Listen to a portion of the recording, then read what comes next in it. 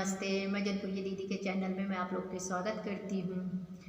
मैं एक भजन गाने जा रही हूँ। आप लोग को अच्छा लगे तो लाइक करना, ज़्यादा से ज़्यादा शेयर करना, सब्सक्राइब करना और कमेंट बॉक्स में ज़रूर बताना कि हमारा गीत आप लोग को कैसे लगा। गुरु गरदानिया में डालै सब माला, गुरु गरदानिया में डालै सब माला, डालै सब माला हो डालै सब माला, गुरु गरदानिया में डालै सब माला, गुरु गरदानिया में डालै सब माला।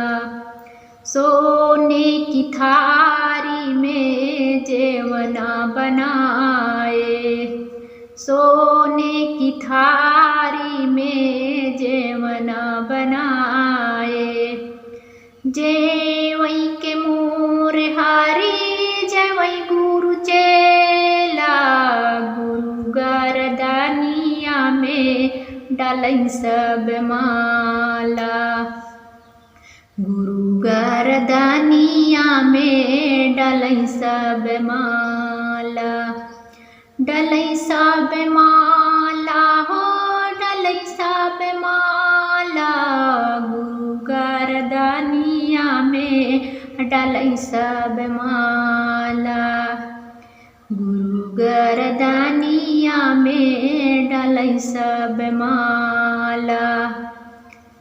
झाझरे गेढ़ुआवा गंगा जल पानी, झाझरे गेढ़ुआवा गंगा जल पानी, घूटै कमोर हारी घूटै गुरु चेला, गुरु गरदानिया में डालै सब माला, घूटै के मोर हारी घूटै गुरु चेला, गुरु गरदानिया में डालै सब माला, गुरु गरदानिया में डालै सब माला।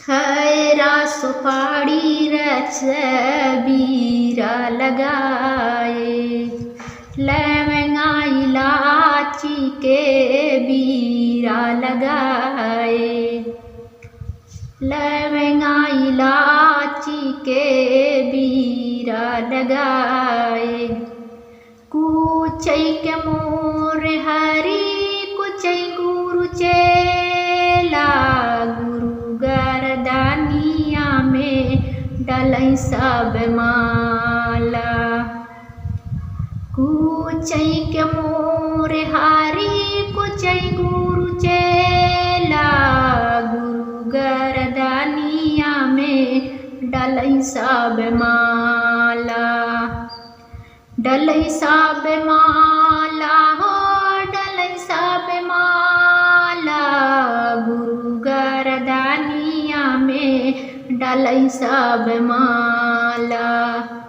गुरु गरदानिया में डालै सब माला।